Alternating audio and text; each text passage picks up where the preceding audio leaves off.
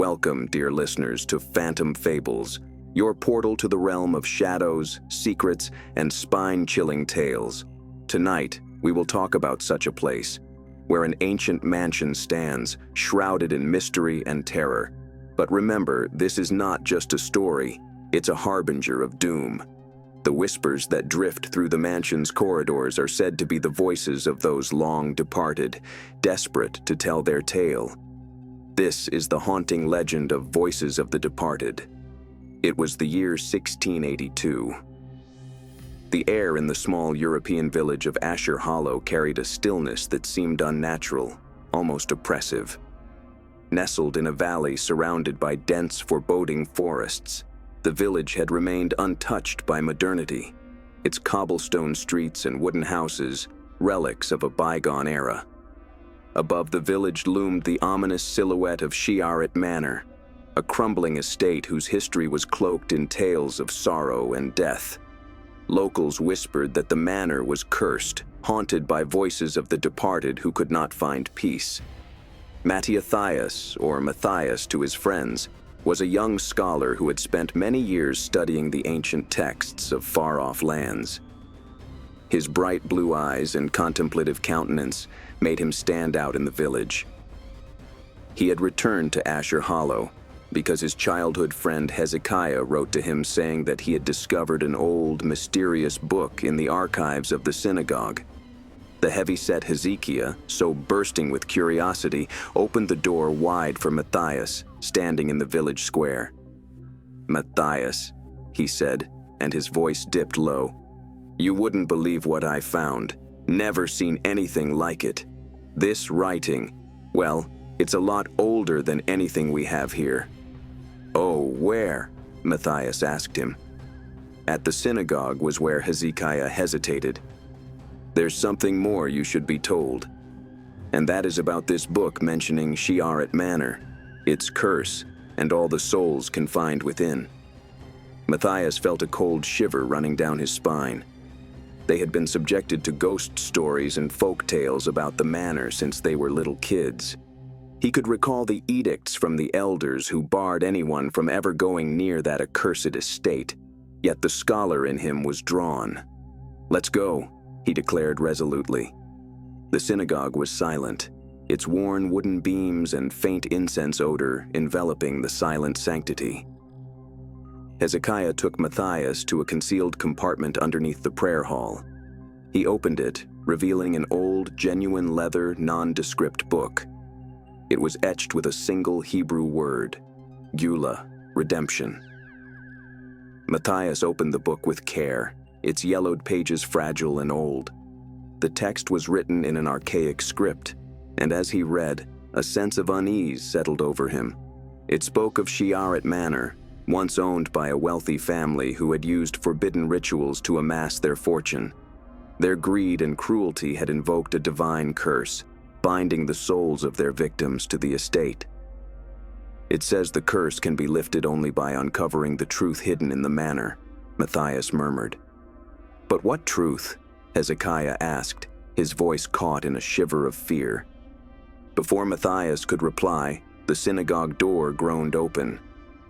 Dina, a young woman with fiery red hair and an aura of quiet determination, stepped inside. Behind her was Obadiah, the blacksmith's apprentice, and little Noah, a timid boy of 13. "We heard you were here," Dina said, her emerald eyes scanning the room. "What's going on?" Hezekiah hesitated, but Matthias explained. When he finished, Dina's expression was resolute.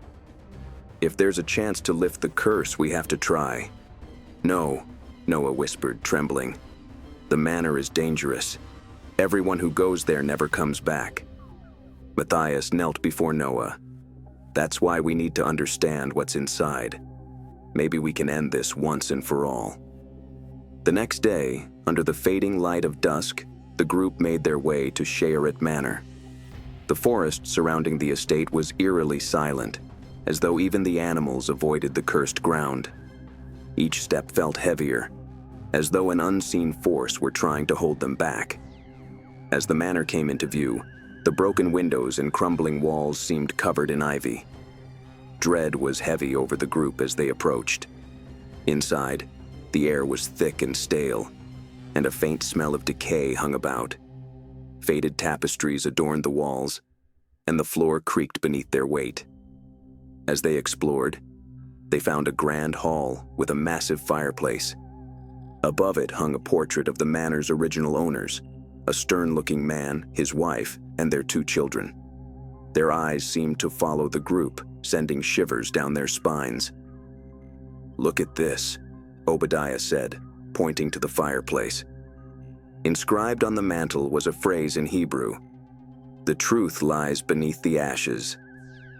Hezekiah picked up a poker on the floor and shoveled through the cold ashes left inside the fireplace.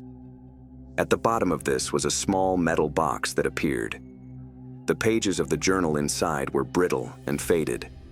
Matthias read on. "We have taken what was not ours to take. The spirits cry for justice, and their voices grow louder with each passing night. The curse. It will consume us all." A chilling wind suddenly swept through the room, putting out their lanterns. In the darkness, a faint whisper was heard. "Leave, or suffer our fate." The group froze, holding their breath. Matthias relit the lantern with shaking hands. "We have to keep moving," he said. They continued on into the manor, found a hidden staircase leading to the basement. The air was getting colder, and the whispers became louder, more distinct. In the basement, they found a circle of strange symbols etched into the floor. At its center lay a human skull, its empty sockets seeming to stare into their souls. "This is a ritual site," Matthias said, his voice barely audible. Before they could react, the whispers turned into anguished cries. Shadows began to shift and coalesce, forming the faint outlines of figures. "Who are you?" Dina demanded, her voice shaking. One of the shadows stepped forward, its form flickering like a dying flame. "We are the Forgotten," it said, its voice a mournful wail. "Bound by the sins of those who dwelled here. Free us, before it's too late." The curse was a prison to hundreds of innocent souls, and the group came to understand this as they decided to find the truth to set free these victims. But in their quest to leave the basement, the door slammed shut on them. The last chapter takes the group to be caught in the darkness with loud cries of the departed and the sense that they are no longer alone. The cold seeped into their bones as they descended deeper into the manor's labyrinthine hallways. Each step felt heavier than the last, as though the house itself resented their intrusion. Matthias gripped the lantern tightly, its feeble light barely pushing back the darkness that seemed to thicken with every passing moment. "Are you sure this is the way?" Dina asked, her voice trembling. "The map says the sanctum is ahead," Matthias replied, though doubt laced his words. The brittle parchment he held seemed to change every time he looked at it, as if the house's layout was shifting beneath their feet. Behind them, Noah shivered and glanced over his shoulder. "I feel like we're being watched," he muttered. "You're imagining things," Hezekiah said, though his hand hovered close to the hilt of the rusted dagger he had found earlier. But Noah wasn't imagining it. Unseen eyes seemed to bore into them from the shadows, and faint whispers swirled around them, just on the edge of hearing. As they rounded the corner, Matthias suddenly stopped, holding up a hand to signal the others. At his feet lay a grand staircase spiraling downward, its ornate banister matted in a wisp of cobwebs. The air grew colder, and a faint, sickly sweet smell wafted up from below. "This wasn't on the map," Matthias said, frowning. "Maybe it's a shortcut," Dina suggested, her tone anything but confident. "Or a trap," Obadiah said, his voice low. They went down the stairs, their footsteps echoing abnormally in the confined space. The walls were covered with faded murals of ritual scenes, hooded figures around an altar, symbols etched into the ground, and shadowy apparitions rising from the earth. "Whoever lived here wasn't just dabbling in the occult," Matthias said, running his fingers over one of the murals. They were immersed in it. Now down they crept onto the landing. The whispers grew a little louder, coming together into nearly intelligible sounds. Turn, while you can leave. A dark hall stretched at the foot of the stairs, full of mirrors long cracked and dust-coated, which reflected more than just the members of the little party. There, dark shapes drifted across their panes, and very faint faces brushed against the surfaces, their mouths agape, in silence. "This place is wrong," Dina said, moving closer to Matthias. "Stay close," he said, though his own grip on the lantern tightened. As they walked down the hallway, the mirrors seemed to come alive. The reflections began to twist and distort, showing scenes that were not their own. In one mirror, Dina saw herself standing alone in the dark, her face pale and gaunt. In another, Hezekiah saw a figure standing behind him, a shadowy man with glowing eyes. "Don't look at them," Matthias warned, sensing the growing panic among the group. But it was too late. Obadiah froze, his eyes fixed on a mirror at the far end of the hall. In it, he saw his younger self, standing in a sunlit field. The vision was so vivid, so real, that he reached out to touch it. "Obadiah, don't!" Matthias shouted. But the moment his hand touched the glass, the image shattered, and a deafening scream filled the hallway. He backed away slowly, holding his hand and drawing away, showing the bright welter of blood on his palm. But worse than that, terror in his eyes. "It spoke to me," he stammered, his voice trembling. "My name," it told. "We have to move now." Matthias firmly pulled Obadiah back from the mirror. At the end of the hallway, they came to a heavy wooden door covered in odd carvings.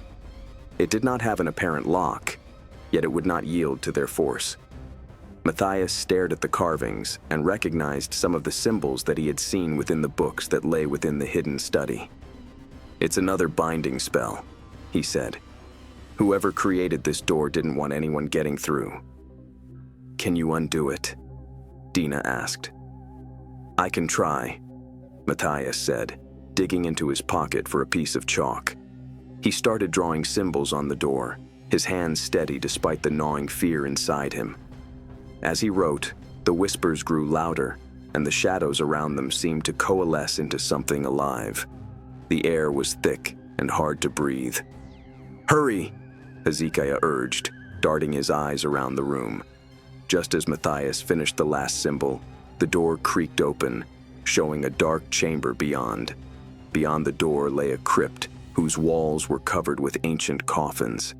It was freezing air, and a faint glow of the lantern unveiled carvings on the stone walls, names and dates, some of which had been for centuries. "This must be where they buried their victims," Dina said in barely above a whisper. As they went deeper into the room, coffins started shaking, and the whispers rose to a chorus of voices. "Let us out!" they shouted, a mix of both pleading and angry tones. Matthias reached the biggest one, which bore the same symbols on the door. "This is the source," he said. "The Master's tomb." "What do we do?" Dina asked, her voice trembling. "We have to open it," Matthias said. "Are you insane?" Hezekiah snapped.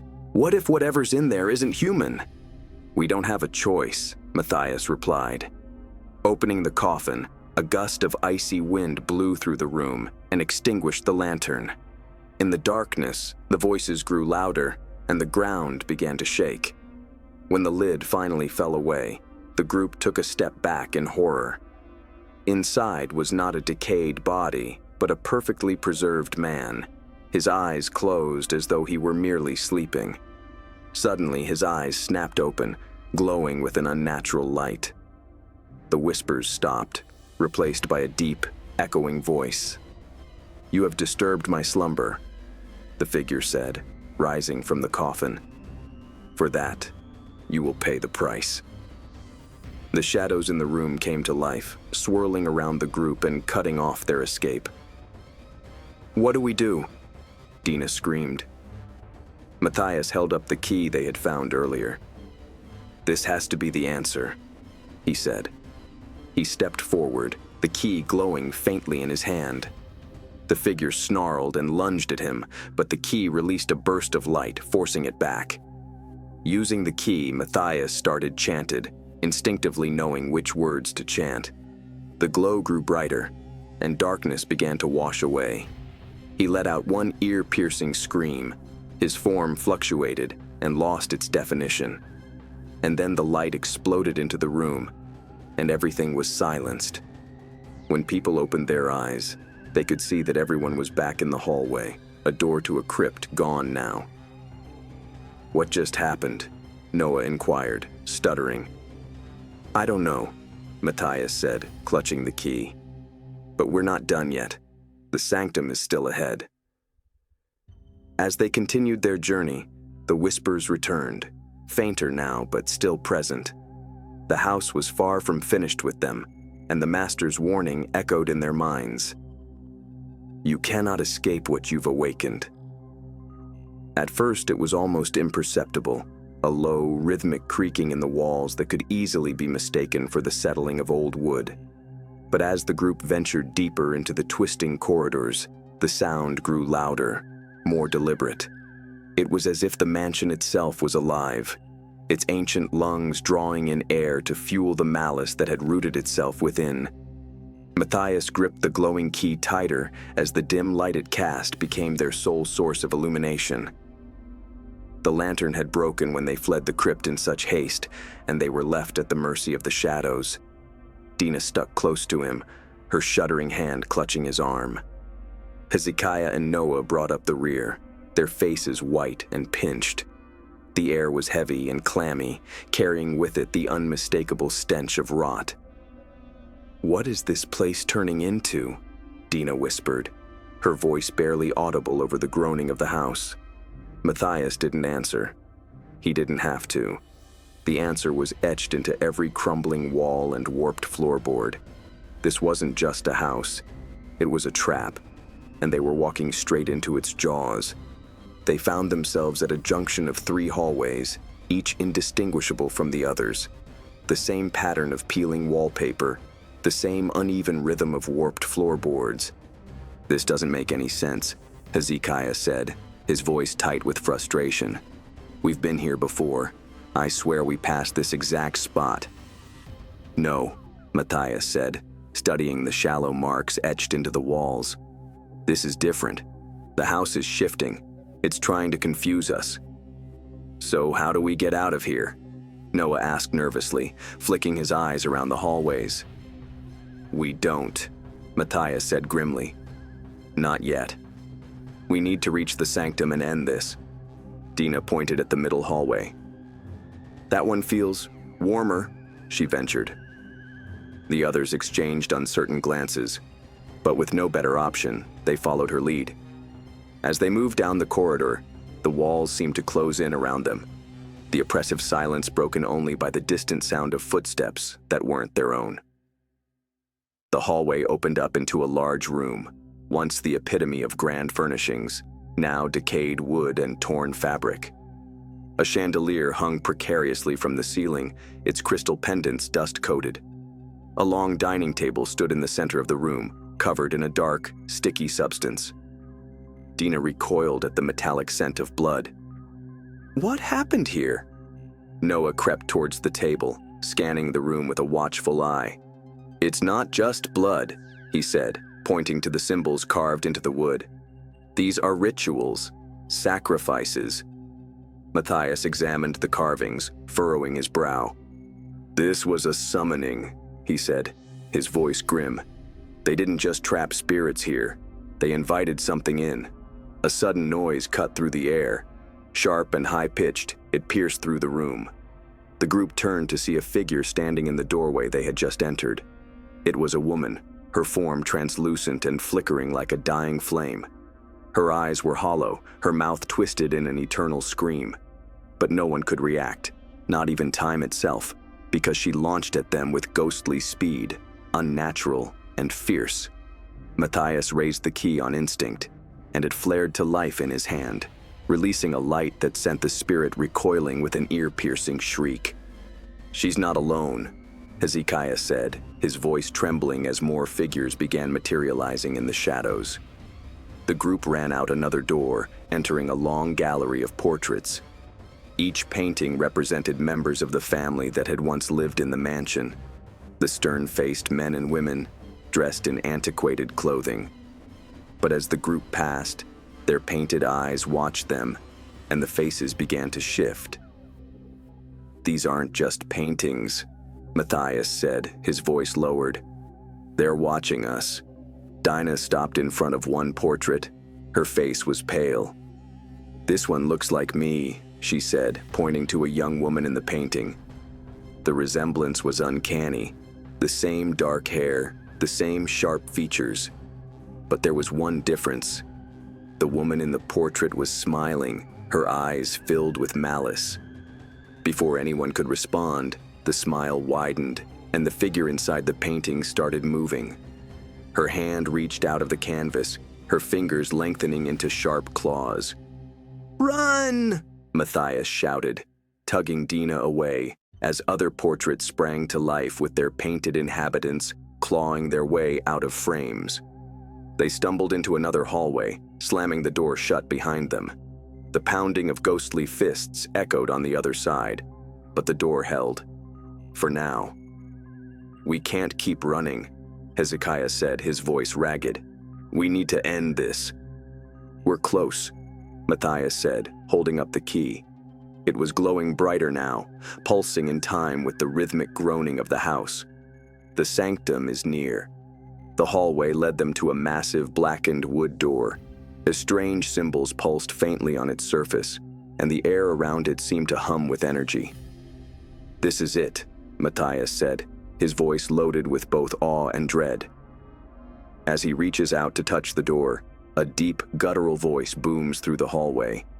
"You dare to enter my domain?" The voice was followed by a deafening roar and crumbling walls around them.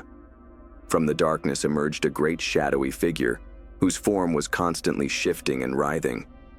The group retreated, the fear in their hearts palpable. "What is that?" Dina whispered. "The master of the house," Matthias said calmly, though terror glistened in his eyes. The figure advanced, its glowing eyes fixed on the group. Matthias held up the key, the light piercing through the darkness and forcing the figure to pause. "You cannot defeat me," the figure said, its voice echoing like thunder. "This house is my domain. You are nothing here." Matthias started to chant. Ancient words tumbled from his lips, and the key grew brighter. Its light pushed back the shadow. The figure roared and lashed out, its form stretching and twisting as it tried to envelop them. Matthias continued to chant, the strain evident on his face.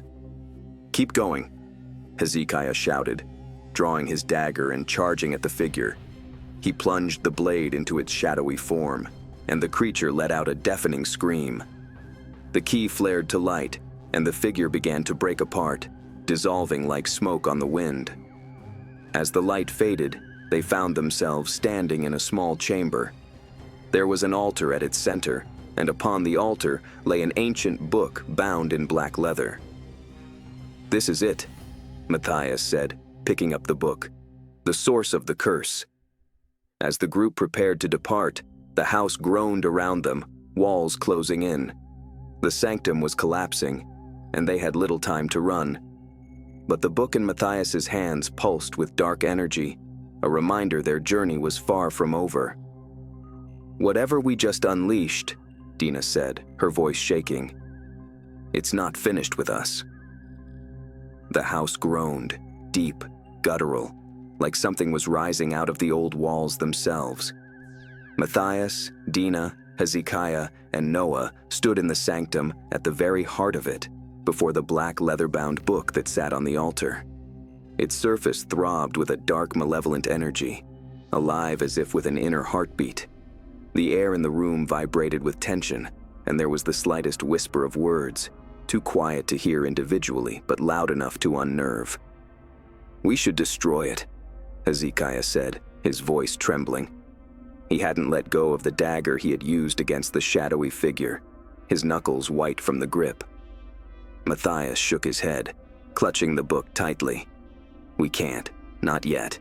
This book is the key to understanding what happened here, and how we end it. End it? Noah said, his voice rising.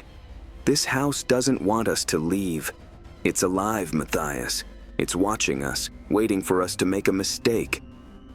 Dina took a step closer to Matthias, her face pale. He's right. The house isn't just a prison. It's hungry. The whispers grew louder, as if reacting to their fear. Shadows flickered along the walls, stretching and twisting into grotesque shapes. Matthias glanced around, his heart pounding.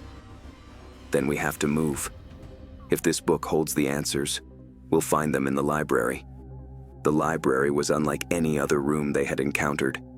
Towering shelves lined the walls, filled with books so old their spines crumbled at the touch. A massive stained glass window loomed at the far end, depicting a scene of a robed figure surrounded by flames. The light filtering through the glass cast eerie patterns on the floor, giving the room an otherworldly glow. Matthias put the black book on a big oak table in the center of the room. We will begin here, he said, opening the book. The pages were full of symbols and writing in a language none of them could understand. This isn't Hebrew, Dina said, peering over his shoulder. It's something older. Can you read it? Hezekiah asked. Matthias shook his head. Not yet, but these diagrams.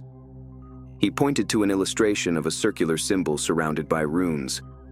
It's a ritual, a binding spell maybe. This could be how the spirits were trapped here. Noah leaned closer, his eyes narrowing. And what about that? He pointed to a sketch of a monstrous figure, its form shrouded in darkness. That's what we faced in the sanctum, Matthias said, his voice grim. But this says it wasn't summoned. It was already here. The family didn't bring it, they found it. Darkness seemed to fall with the words, as shadows in the corners deepened. The whispers came back louder this time, indistinguishable words that held an urgency to them that made the hair on the back of their necks stand up. Do you hear that? Dina whispered. Yes, Matthias said, and it's getting closer. Before they could react, the sound of footsteps echoed from the hallway outside the library. Slow, deliberate, and heavy, they approached with a menacing rhythm. Someone's coming, Noah hissed, backing away from the door. Matthias took the book and gestured for the others to move forward. They stole out of the library through a side door and down a thin corridor that seems to swallow itself into darkness. The air was cold, damp, and posed a misty breath on the glassy walls frosted over with a thin layer of frost.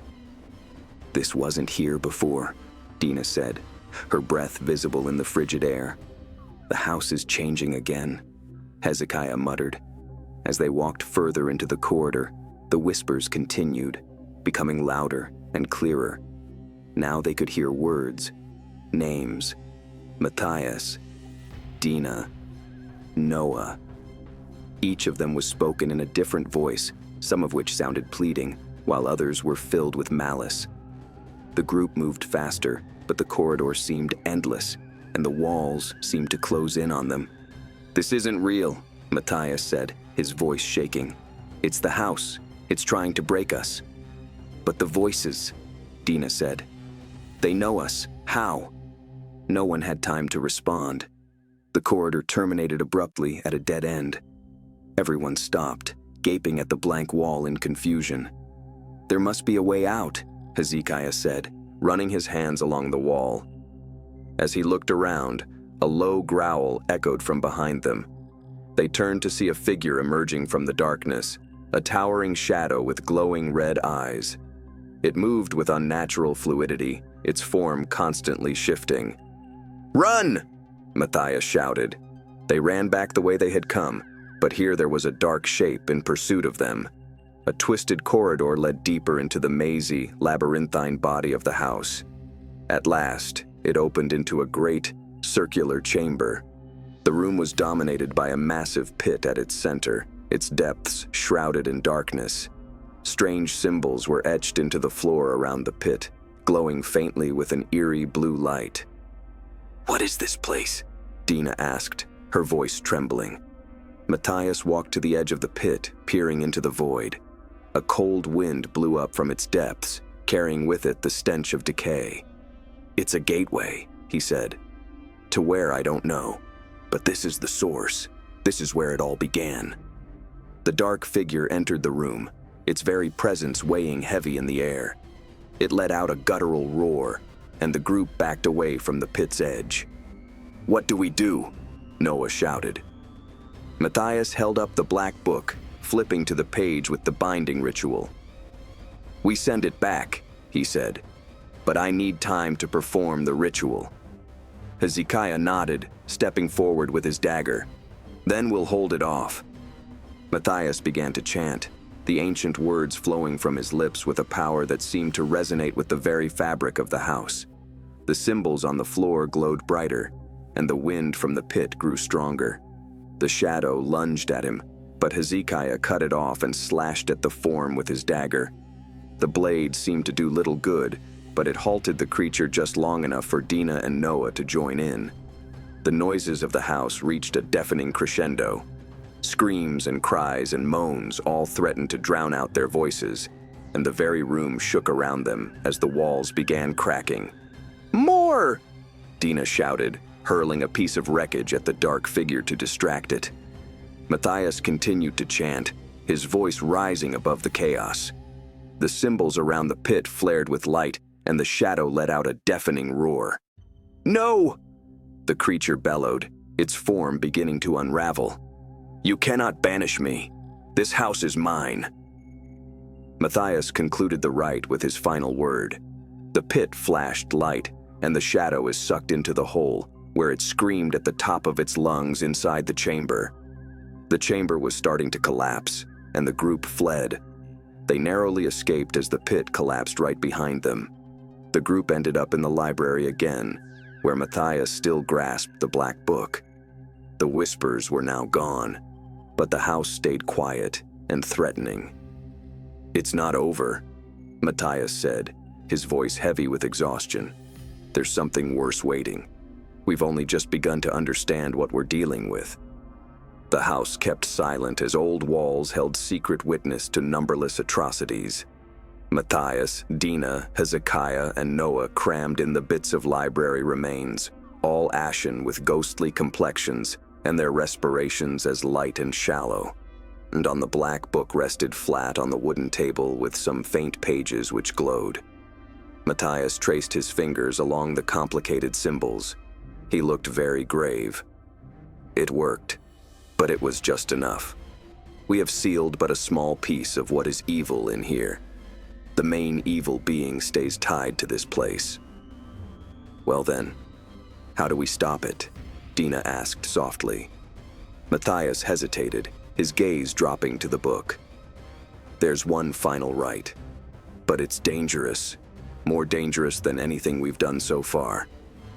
Hezekiah tightened his grip on the dagger. "Dangerous how?"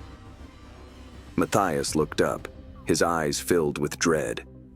"The final rite requires a sacrifice, a life given willingly to sever the bond between the entity and this house." The room fell silent. The weight of his words hung heavy in the air, suffocating them. Before anyone could respond, the house groaned, its foundation shaking violently. Books fell from the shelves, and the walls seemed to ripple like water. A low guttural growl echoed through the halls, growing louder with each passing second. "It knows," Noah said, his voice trembling. "It knows we're trying to destroy it." "We have little time, I think," Matthias said, and reached into the bookshelf to grab it. "According to the final pages, beneath this house lies an encrypted chamber. We must perform this ritual there." "How do we get there?" Matthias pointed to the crude map scribbled upon the pages.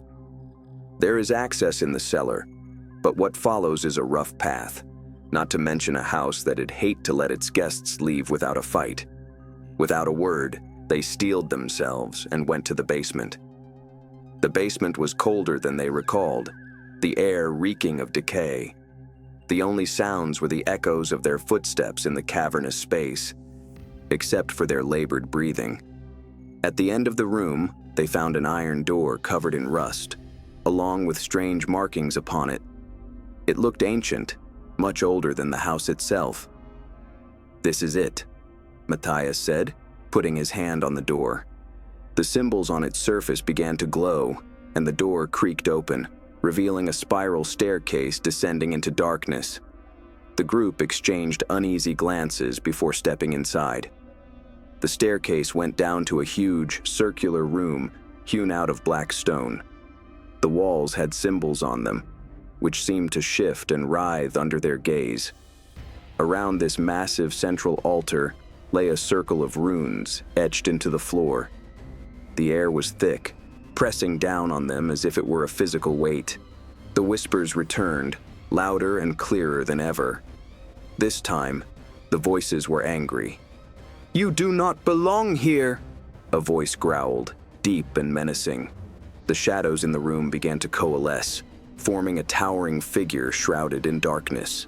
Its eyes burned like coals, and its presence filled the chamber with a palpable sense of dread. Matthias opened the book, his hands shaking.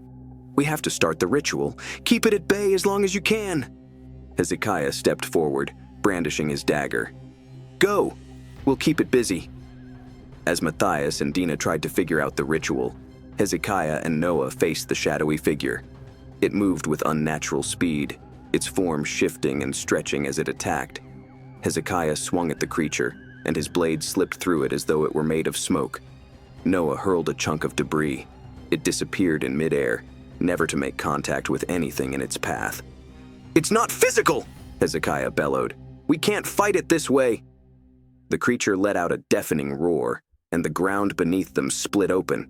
Shadows spilled forth, clawing at their legs, dragging them towards the altar. "Matthias, quicken!" Dina cried, panic threading her voice. Matthias read aloud from the book, his voice resonating throughout the chamber.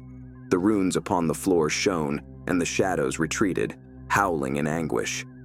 But with every step, the whispers increased in urgency, like a litany of desire. The creature lashed and flexed, becoming increasingly substantial as it railed against the binding spells. "It's not enough," Matthias shouted. "The sacrifice has to be made now or it'll break free." Dina stepped forward, her expression resolute. "I'll do it." "No," Matthias said, grabbing her arm. "There has to be another way." "There isn't," Dina said, pulling free. "If we don't stop it here, it'll destroy everything.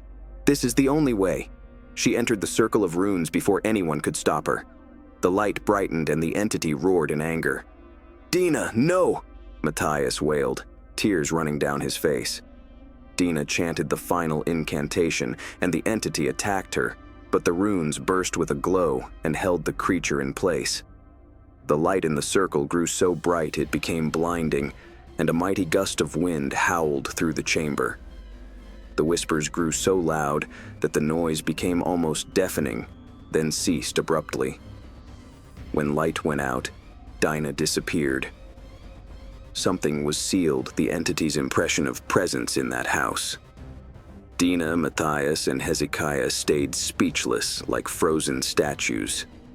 No one said even a word, their pain and devastation too much. The light outside dawned as they stepped into daylight. Silent, lifeless, and menacing thing it had ever been now turned to be stood with broken strength. But as they walked away, Matthias couldn't shake the feeling that the whispers were still following them, faint but persistent. The story ends with Matthias looking back at the house one last time, the book clutched tightly in his hands. "It's over," he said, though his voice lacked conviction. Or was it?